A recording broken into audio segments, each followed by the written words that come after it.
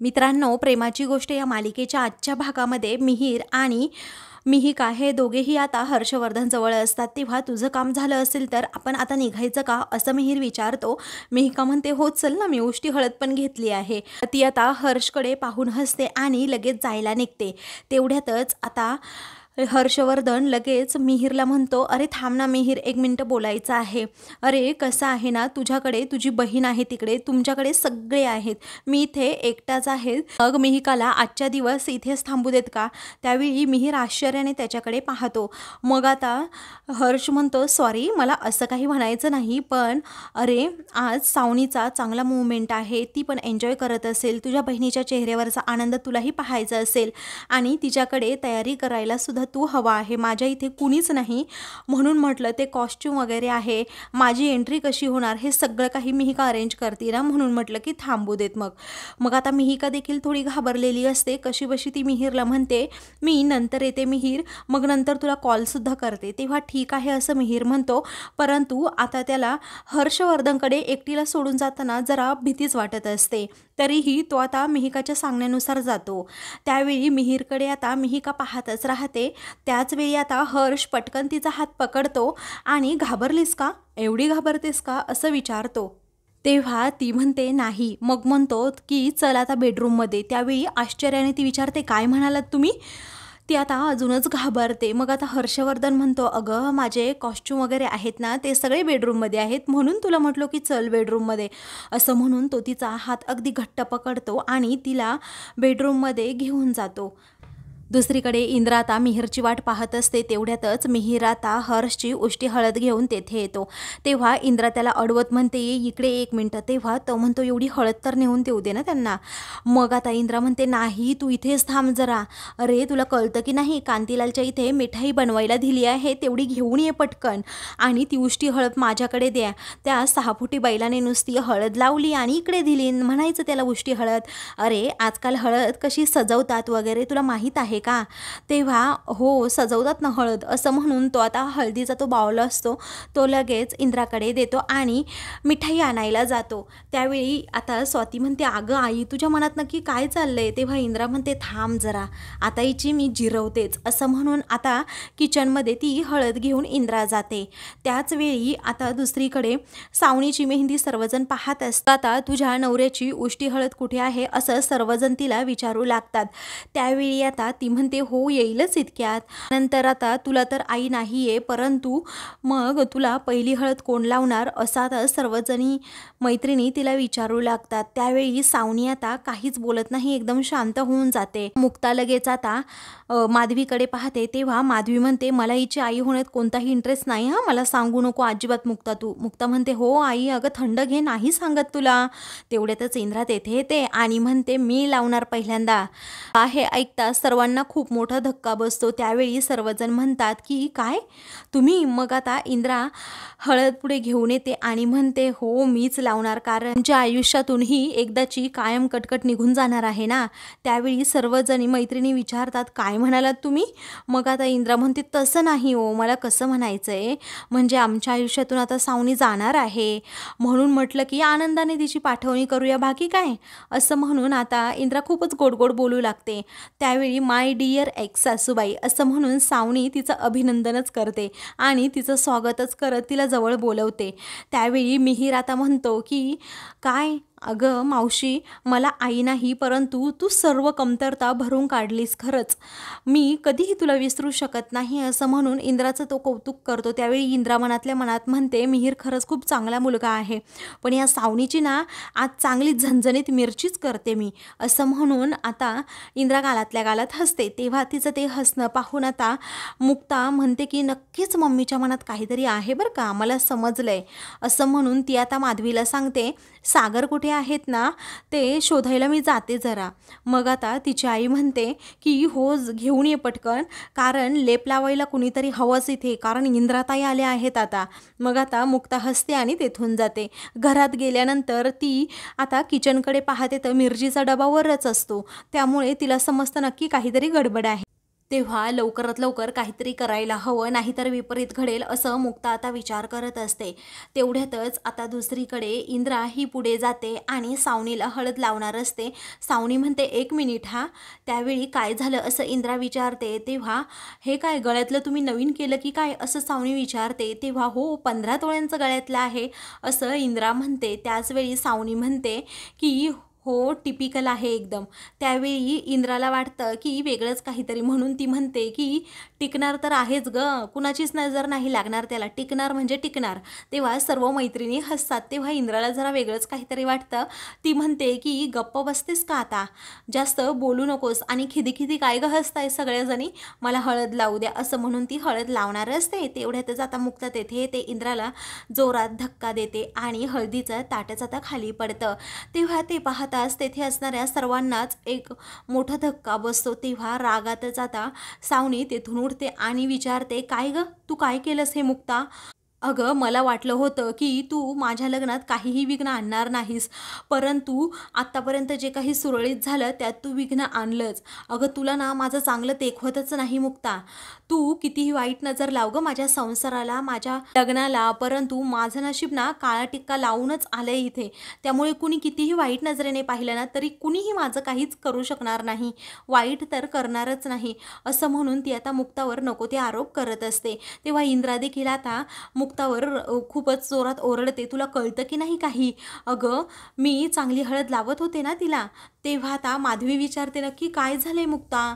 मुक्ता आता काहीच बोलत नाही. आधीसुद्धा पाठीमागे उभा असतो आणि तो आता रागातच मुक्ताकडे पाहत असतो. त्यानंतर सावनी आता तोंडाचा पट्टा मात्र सुरूच ठेवते आणि मुक्ताला म्हणते, "काय गं मुक्ता, मी तुझं सागरबरोबरचं लग्न मोडण्याचा प्रयत्न केला, म्हणूनच तू माझ्या हात धुवून पाठीमागे लागलीस का?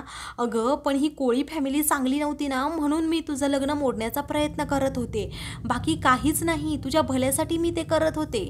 मग आता मिहीर म्हणतो, "थांब अगं ताई, सावनी जरा अगं आई, वहिनी नक्की काय म्हणतीये ते तरी ऐकून घे, अजिबात तुझा मूड ऑफ करून घेऊ नकोस." तेव्हा आता मुक्ता म्हणते, "ऐका सावनी, अहो मूड ऑफ करून खरंच घेऊ नका, कारण मी सुद्धा ही हळद घेऊन आली आहे. मला वाटलं होतं मी याच्यात ही हळद मिक्स करेल म्हणजे जास्त हळद खेळता येईल, पण अहो माझं चुकून धक्का लागला, मी तरी काय करू?" त्यावेळी आता इंद्रा म्हणते, "मलाच कसा चुकून धक्का लागला गं तुझा? ही हळद किती छान होती, तुला माहिती आहे का? या हळदीची सर ती हळदीला येणार आहे का?" सावनी म्हणते, "एक्झॅक्ट मला तेच म्हणायचंय, तेही माझ्या हर्षकडून आली होती ना, उष्टी हळद होती त्याची. तू अशा कितीही हळद फासली तरी त्याचं आता पावित्र्य आहे का? रीतभात मोडलीच ना शेवटी."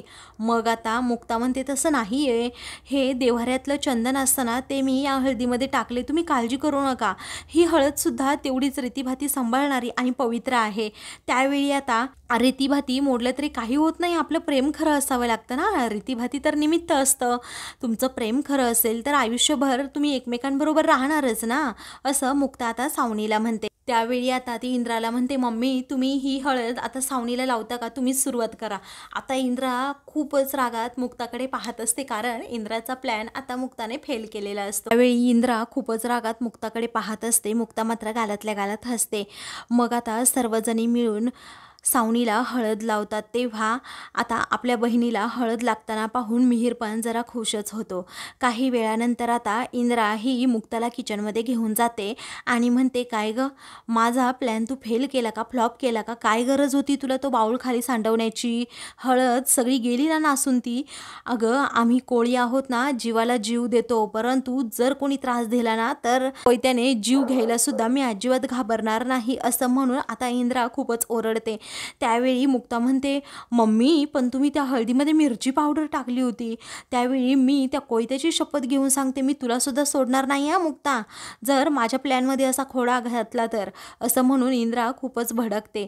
तर दुसरीकडे मिहीरला कॉल करून विचारते, "अरे झाले का रे तिकडची हळद?" मग आता तो म्हणतो, "हो झाली, पण काय अगं घोळच झाला एक. काय झालं ना, मावशीने माझ्याकडून ती हळद घेतली, डेकोरेशन वगैरे केलं त्याला आणि घेऊन आली सावनीला हळद लावायला. ठेवायला. वहिनीचा धक्का लागला, ती हळदच सर्व खाली सांडून गेली. पण सर्व काही अरेंज झालं एकदाचं, म्हणजे टेन्शन गेलं. सावनीने थोडी भुणभुण केली, परंतु मुक्ता वहिनीने सगळं सावरून नेलं. मग आता मुक्ताताई पण अशी का करते ना मला कळतच नाही, मुद्दाम केलं असतील अरे तिने, असं मिहिका म्हणते. आणि हर्ष जिजू पण खूप बदलले आहेत, तरीही मुक्ताताई असं का वागते ना कळतच नाही. माणसं बदलतात ना रे, मुक्ताताईच असं म्हणते ना. तेव्हा मुक्ता वहिनीने हे मुद्दाम केलं नव्हतं, तिच्याकडून चुकून झालं, मी स्वतः पाहिलं असं मिहीर म्हणतो. तेव्हा ती म्हणते बरं जाऊ दे, मी याचा जाब मुक्ताताईला विचारणारच आहे, असं म्हणून ती फोन ठेवते. दुसरीकडे मिहिका ही मुक्ताला कॉल करते आणि विचारते, काय ग ताई, हर्ष जिजूंवर तुझा एवढा कोणता राग आहे?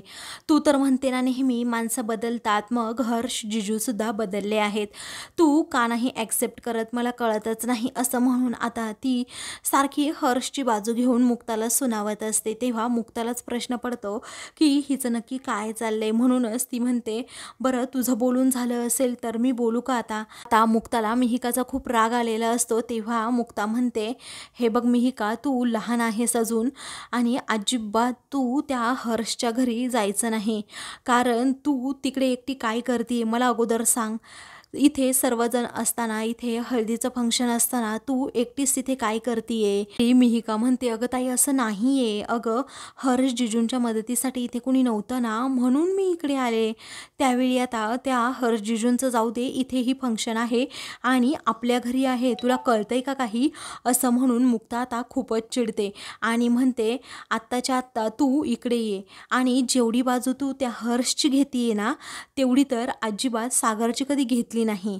हो मला माहिती आहे, माझा पर्सनल राग त्याच्यावर आहे, तो माणूसच चांगला नाही आहे म्हणून. मग आता मिहिका पुन्हा म्हणू लागते, ताई मी तुला किती वेळा सांगू, अगं चांगले आहेत हर्ष जिजू, त्यांचा स्वभाव आता खूप बदलला आहे, माणसं बदलतात ना. मग आता मुक्ता रागातच तिला म्हणते, मी तुला काय म्हणाले, लगेच इकडे ये म्हणून. त्यावेळी आता मिहिकाचा नाईलाज होतो. तेव्हा ती म्हणते, बरं ठीक आहे. तेवढ्यातच सागर तेथे येतो. तर आता मुक्ता शांतपणे तिच्याबरोबर बोलायला लागते आणि विचारते, समजलं का मी काय म्हणाले? तेव्हा हो समजलं, असं आता मिहिका म्हणते आणि फोन ठेवते. त्यावेळी काय झालं असं सागर आता विचारत असतो. मग आता मुक्ता म्हणते, काही नाही, अहो मिहिका तिकडे आहे ना, त्यामुळे तिला म्हटलं की इकडे ये म्हणून. तेव्हा सागर म्हणतो, ते नाही, दरवेळी तुम्ही असं सावनीचं का ऐकून घेता मला कळतच नाही, तुम्हाला काही गरज आहे का तिचं ऐकून घ्यायची, असंही रागात आता सागर विचारतो. त्यावेळी आता मुक्ता म्हणते, अहो त्या हळदीचा इश्यू झाला, बाकी काही नाही. मग आता सागर विचारतो की कसा काय इश्यू झाला एवढा? मग आता मुक्ता म्हणते, त्या हळदीमध्ये मम्मीने मिरची पावडर टाकली होती. तेव्हा हे ऐकतात आता सागरलाही समजतं की मुक्ताची यामध्ये काही चूक नव्हती आणि मम्मीनेच हे सगळं काही प्लॅन केलं होतं. त्यामुळे तो आता मुक्ताकडे पाहतच राहतो. तर आता मित्रांनो, पुढील भागामध्ये आदित्य हातावर गरम पाणी टाकतो, परत ओरडू लागतो की मुक्ताने माझ्यावर राग काढला आणि माझ्या हातावर गरम पाणी टाकलं. तेव्हा हे ऐकताच आता सर्वजण धावतच तेथे येतात. त्यावेळी मुक्ता आता म्हणते, मी काहीच केलेलं नाही आहे. त्यावेळी इन्स्पेक्टर साहेब तेथे येतात आणि मुक्ताला म्हणतात, सावत्र मुलाचा तुम्ही मानसिक आणि शारीरिक छळ करता, त्यामुळे आम्ही तुम्हाला आता अरेस्ट करत आहोत. त्यावेळी आता मुक्ता घाबरते. तेवढ्यातच तेथे आता सागर येतो आणि मुक्ताला वाचवतो. अशाच मालिकेंचे पुढील भाग पाहण्यासाठी चॅनलला सबस्क्राईब करा.